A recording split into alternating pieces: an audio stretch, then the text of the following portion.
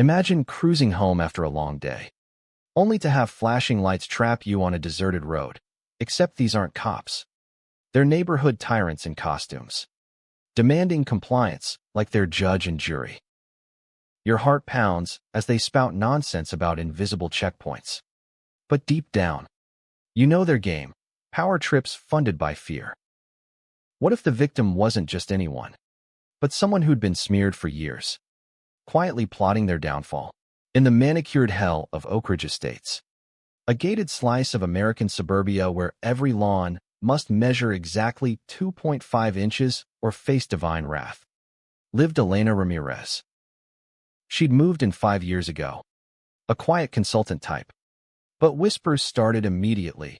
HOA busybodies claiming she was shady, spreading tales of her mysterious past after she politely declined a nosy block party invite. Elena said nothing, just smiled through gritted teeth at the mailbox gossip sessions, all while noting every petty rule violation they ignored in their own backyards. Leading the charge was Bertha Klein, the HOA president, a plump, perpetually scowling woman who preached community harmony from her throne of folding chairs, but ruled like a discount dictator, fining folks for unesthetic bird feeders while her own garage overflowed with junk. One muggy evening, Elena's phone buzzed as she drove Miller Lane. No, she thought, ignoring it until blue-red lights erupted behind her sedan. 2 burly guys in knockoff uniforms blocked her path, badges gleaming Oak Ridge security enforcement. The stocky one, sweat beading on his bald head, rapped her window. "Ma'am, routine compliance check."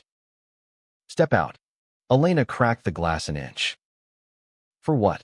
This is a public road." He smirked. "HOA jurisdiction." "Honey, you missed our checkpoint last week. Safety protocol." There'd been no checkpoint, Elena knew, because she'd driven that route daily, eyes sharp as ever. She called her brother Marco instead of panicking, whispering details while the goons fidgeted, their SUV unmarked like a bad spy movie prop.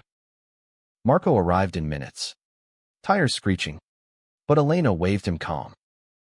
Bertha herself waddled up then, clipboard in hand, her floral blouse straining as she huffed. "Elena, dear, we've heard rumors about your erratic driving. For the community's sake, we must verify." Elena arched a brow. "Rumors? Like the ones you started about my criminal ties after I questioned your pool fee hikes?" Bertha's face purpled, but she cooed sweetly. Now, we're all about order here.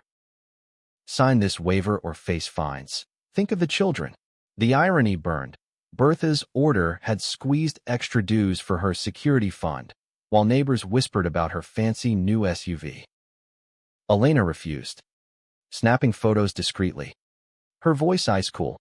"Gentlemen, Bertha, your badges are as real as your concern for safety."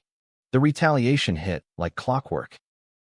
Next morning, a violation notice slapped on Elena's door, $500 for noncompliance and hostile behavior. Whispers amplified, neighbors avoiding her, flyers calling her troublemaker. The black SUV stalked her street, parking blatantly. As Bertha emailed the community, "For your protection, increased patrols around problematic properties." Marco fumed, but Elena documented it all. Timestamps, plates, even Bertha's hypocritical social media posts bragging about upholding standards from her cluttered porch. "They think fear wins," she murmured to Marco, pulling up spreadsheets. "But I've seen this scam before in my old job. Dismantling fraud rings disguised as legit ops." Tensions boiled at the HOA hearing in the stuffy community center. Bertha presided, jowls quivering as she read charges in her femoral tone.